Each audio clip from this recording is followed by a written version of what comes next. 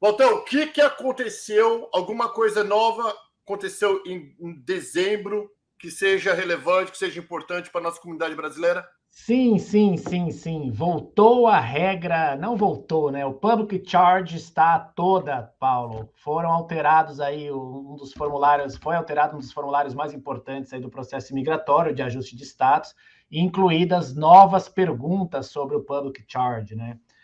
Isso já estava planejado, a nova administração já tinha adotado esse regramento novo, e embora seja uma coisa que pareça pro forma, na minha opinião, foi plantada uma semente ruim, que pode ser usada de forma errada por um oficial maldoso ou por um governo mais restrito, alguma coisa assim.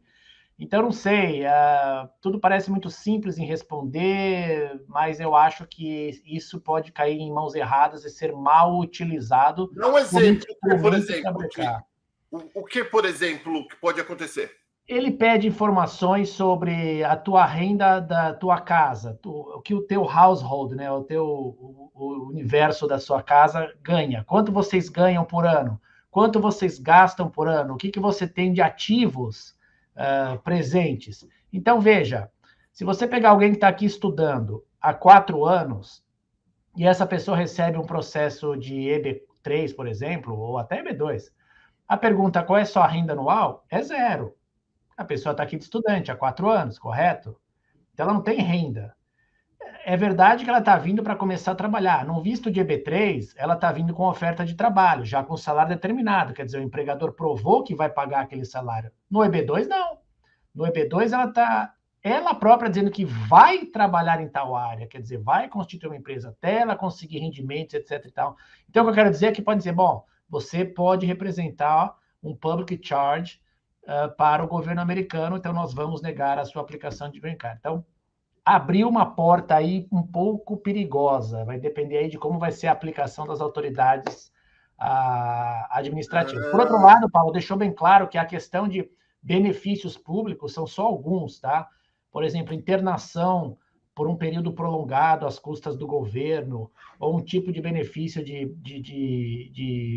de saúde que seja aplicado, etc. E tal. Então, tem coisas mais específicas que ajudaram nessa determinação. Mas vamos ver, eu acho que o tempo vai dizer, a gente fez análise, estudou a lei, estudou os formulários, estudou os mandamentos aí divulgados pela imigração e estamos aplicando aí corretamente. Entendi. Então, só para ver se eu entendi. O public charge não é só eu usar os benefícios. Não, não é mesmo, não é mesmo. Por isso que toda vez que um americano traz alguém para cá, ele assina um documento dizendo que ele se responsabiliza pela manutenção desse estrangeiro. Mas ainda assim estão sendo feitas perguntas. Eles querem saber qual o potencial que esse imigrante tem para se tornar um public charge no futuro. Quer dizer, isso também pode ser problemático em petições feitas por americanos para seus pais mais idosos, porque normalmente o pai mais idoso não está vindo para cá para trabalhar.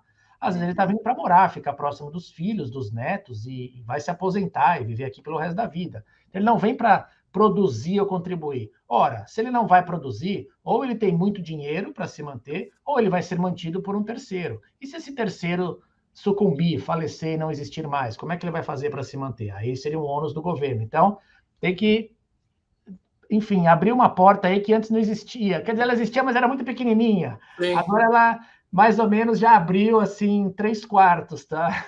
É que nem aquela da carteira de motorista do Brasil. As pessoas que dirigem. Tem policial que pode ser chato, tem policial. Na verdade, eles abriram um espaço para o agente que faz a entrevista fazer mais perguntas se ele não for com a sua cara ou se ele achar que você está mentindo, para encher mais o saco. É verdade. Se for só uma coisa formal, tipo, aqui estão as respostas, são satisfatórias, vamos em frente, está resolvido. Agora, se forem examinar, investigar a fundo, isso é uma sementinha que pode causar muito problema para muita gente, tá? Até em especial no EB2, quando a pessoa está começando a vida na América, que às vezes não tem nem patrimônio, nada para mostrar, tá? Então, isso é algo que é perigoso, tem que ser visto aí com cautela. Que mais? Olha só, tivemos no fechamento do ano fiscal, saíram os dados, mais de 1 milhão de novos cidadãos americanos, Paulo. Pessoas que tinham... 1 milhão? mais de 1 milhão. Foi a terceira maior leva de naturalizações da história. Esse ano fiscal de 2022, que encerrou em 30 de setembro, mas os dados oficiais só saíram depois, no final de novembro, acredito que saíram. Então, isso é para ser celebrado. A administração atual está engatando aí a marcha para continuar nessa toada e produzir ainda mais cidadãos americanos nesse ano que está vindo. Fizeram até algumas coisas favoráveis a isso. Quando você entra lá no site da imigração para renovar o teu cartão, teu green card. Meu green card de 10 anos expirou. Aí quando você vai renovar, já tem um aviso. Calma, veja se antes você não qualifica para a cidadania. Não renove seu green card, aplique para a cidadania, se torne um cidadão. Então, o próprio governo está estimulando as pessoas a aplicarem para a cidadania. E aí vem a outra coisa que mudou, que é a extensão do cartão quando a pessoa aplica para a cidadania. O que acontece? O green card permanente é válido por 10 anos, tá? Quando chega no final dos 10 anos, a pessoa tem que renovar. Se ela aplica para a cidadania, ela teria que, em conjunto com a aplicação de cidadania, a pessoa teria que aplicar para renovar o green card para ter um documento que provasse o status legal dela no país, para poder viajar, para poder continuar trabalhando, ter carteira de motorista, etc. e tal. Muito bem, o governo deu uma ajuda nesse aspecto. Quem aplica para a cidadania, dentro do prazo de 2 anos do vencimento do green card, eles estão emitindo uma carta do processo de cidadania dizendo que o green card é prorrogado por esses 2 anos, para que dê tempo suficiente para sair a cidadania do candidato. Então, ele não precisa mais renovar o green card quando ele aplica para a cidadania, desde que faça num prazo de até 2 anos do vencimento do green card. Normalmente, as pessoas aplicam muito antes, o que ajuda também. Então, esse novo regulamento é algo simples, que diminui aquela necessidade das pessoas irem na imigração para carimbar o passaporte, provar que estão em status legal. Então, aliviou também o governo, tá? E a última coisa que eu tinha notado para falar aí das alterações que ocorreram foi o visto E2 para Portugal, né? Finalmente, saiu. Sim, que o pessoal estava esperando, muitos brasileiros, óbvio. No apagar das luzes, mas aí vem uma ressalva que veio nessa nova lei, quer dizer, ela aplica, na verdade, para todos os países, tá? Mas ficou Portugal com a pecha porque foi o principal aí que foi aprovado. Muito bem. Alguns países têm vistos, em Portugal chama-se Golden Visa, onde você faz um investimento financeiro e depois de um período de tempo eles te dão a cidadania portuguesa. Muito bem.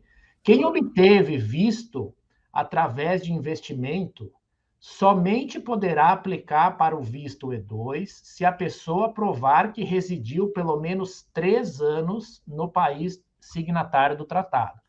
Então, se alguém adquiriu a cidadania portuguesa por investimento, vai ter que provar que morou em Portugal por 3 anos. Só depois disso é que vai poder aplicar para o visto E2. Por quê?